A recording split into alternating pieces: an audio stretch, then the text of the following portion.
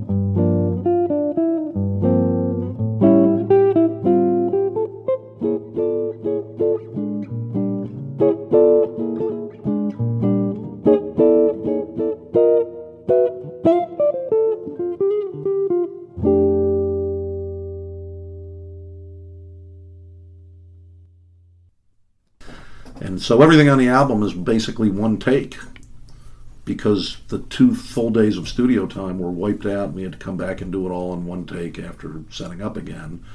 And whatever mix there is the mix. And so we leave. I'm certain Bob is going to scrap the entire project. A couple weeks later, the engineer, who was a grad student, had other things to do. He finally gets us his version of the mastered CD and gives me a copy, and they drop off a copy to Bob, and Bob's bracing himself, and he's in his home at the time here in Savannah with his big sound system and custom speakers, and it's a real deal system, and a bottle of wine, and he's sitting down, resigned to listen to it one time through, and he listens to it with his wife. He finishes listening to it, and as he tells me the story, he said, "There's no way this is ever seeing the light of day."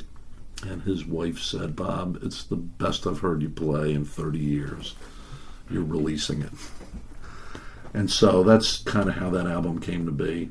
And to remind Bob of the session, I named it Just Friends, the Hamilton Hall Sessions.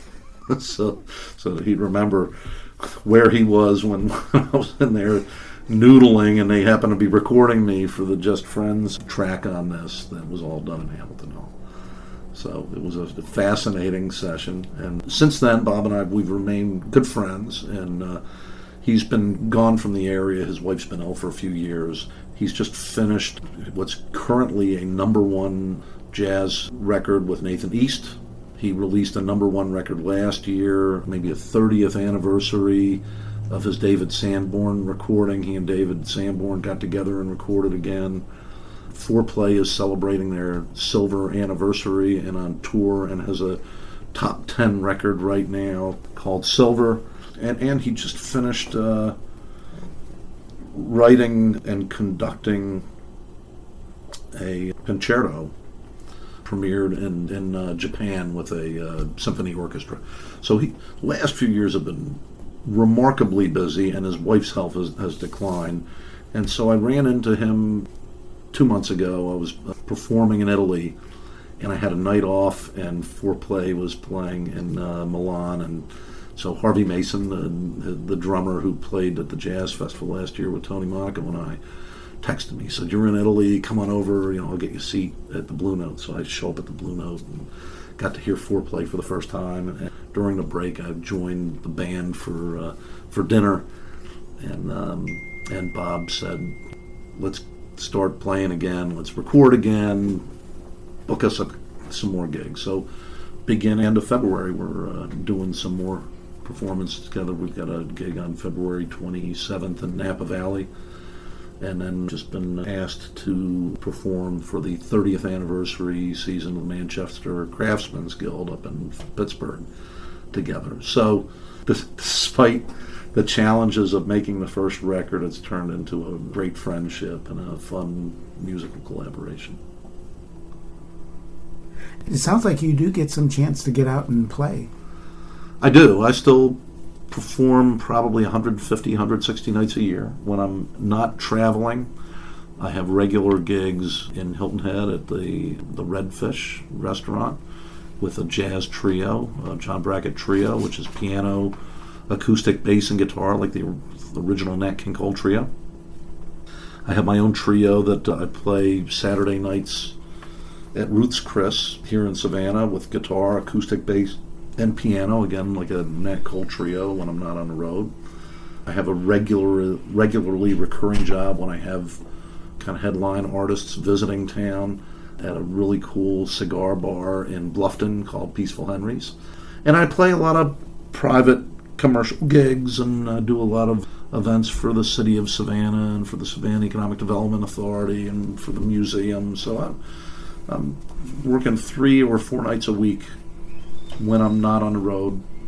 We're conducting this interview on a Tuesday. I have gigs this week, Wednesday in Hilton Head, Thursday in Buford. I don't know where I am Friday. Saturday I'm in Savannah at Ruth's Chris, and then Sunday I'm doing a concert for the Coastal Jazz Association with Audrey Shakir, a great singer from Atlanta. And here is the Billy Strayhorn tune, Take the A Train, with vocals by Audrey Shakir, Howard Paul on guitar, Eric Jones keyboards, Mitch Hennies bass, and Billy Hoffman percussion, from that Coastal Jazz Association concert.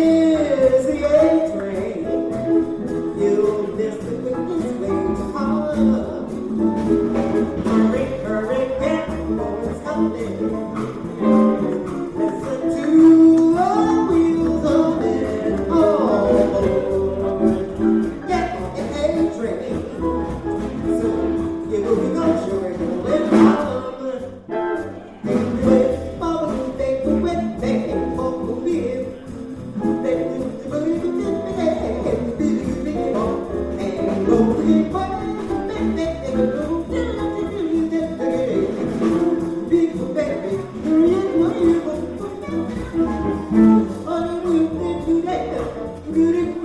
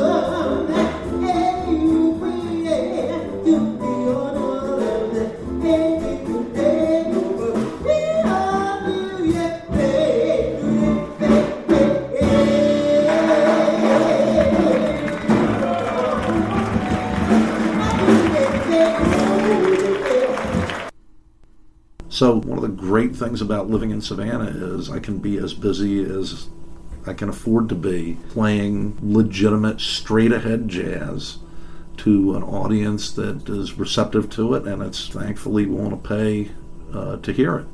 And that's not the case. I play in New York City a lot, and the clubs that I'm playing up there pay less than they pay here, and it's with all the greatest jazz musicians. I'm surrounded by great musicians when I go up there and play. So it's very busy and very rewarding life. I'm very lucky to have Benedetto as a day job and still be able to be a working, recording professional musician at night. And here are a couple of other tunes from that same Coastal Jazz Association concert featuring Eric Jones on keyboards, Howard Paul on guitar, Mitch Hennies on bass, and Billy Hoffman on percussion. First is the Charlie Parker tune, Yardbird Suite.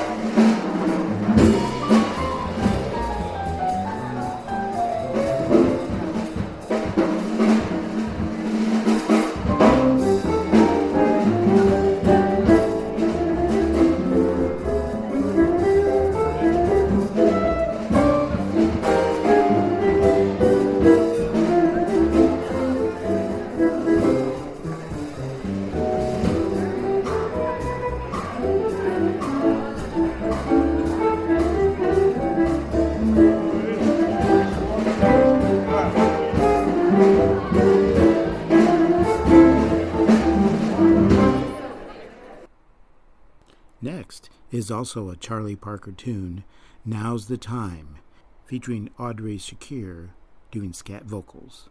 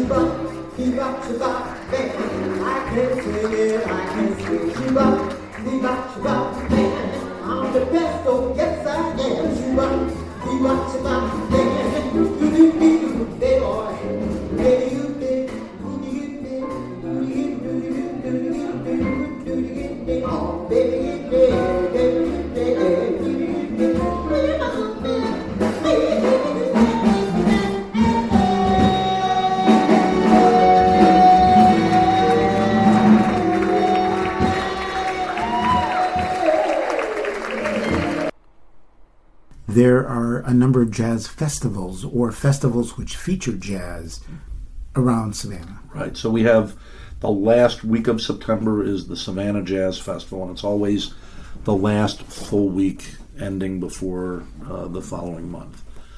That's run by the Coastal Jazz Association, which I'm the incoming president for that organization, and I've run the Jazz Festival for several years. And in addition to that festival, Coastal Jazz Association does monthly concerts that are free to members, I think $20 for non-members and free to students. And we try to keep those very traditional jazz, straight-ahead jazz. And then we have the Savannah Music Festival, which is a broader range of music festival, but also features a lot of great jazz. And it's always starting around March 18th and running through early April. Chuck Loeb, who's the jazz guitarist for Bob James's group Foreplay, is starting a new jazz festival in Hilton Head. This will be the second year. I think they do one day of it in Savannah.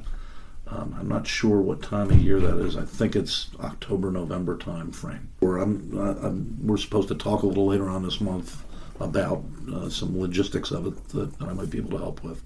But I know he's in the works. And then the folks in Bluffton are getting ready to start their own little mini 2-day jazz festival that'll help them coordinate. That'll be a Friday night jazz walk through different venues in downtown. And then on Saturday, it'll be a much bigger festival at the Oyster Park. They're going to put together a nice budget and bring in some major names in jazz for that. So there's a lot going on. If you go a little bit farther out, Earl Klugh does a festival just north of Charleston or just south of Charleston. Charleston has a great jazz festival and a very healthy jazz scene. So you don't have to go too far to find jazz. And considering how small this area is, it's remarkable how much happens in the quality of what takes place here. It's also interesting that you mentioned that you're going to be performing in Napa, because Benedetto Guitar has a wonderful relationship with a very fine winery, Miner Winery in Napa. Right. Dave Miner has been my best friend for about 10 years. He's probably the biggest Benedetto collector in the world. That's how we met. And he owns one of the best Napa Valley, or one of the best American wineries, really, Miner Family Wines, on Silverado Trail in Oakville, which is just north of the city of Napa in Napa Valley. When I first started this company with Bob in 2006, Dave was one of our initial investors, because he loves Bob and he loves Benedetto guitars, and we were good friends at the time. And since then, since Bob's been able to retire, Dave was able to purchase Bob's share of the company. So Dave is now my primary investor. He doesn't own the majority of the company, but he owns the most stock in the company. So he's on my board of directors. He's a big investor in our company, and he's a big proponent of our guitars. And he keeps me in free wine. And he's also a big supporter of Savannah. He recently purchased a house here downtown, so this has become a second home to him. And he's been a big sponsor for the Savannah Jazz Festival for the last 5 or 6 years. So it's been great having him as part of our Benedetto family, and he's now got a lot of friends and some roots in Savannah, so I think we'll all see a lot more of him. Howard Paul, I want to thank you so very much. Well, thank you, and I'm looking forward to seeing more of you and maybe talking to you again sometime. This has been another edition of Music Local and Sustainable, and I've been your host, Dave Lake. Well, I know we ain't headed for the Hall of Fame. We're gonna give it what we got, man, that ain't no shame. Let me know if you can hear me. Check, check, 1, 2. Let me know if you can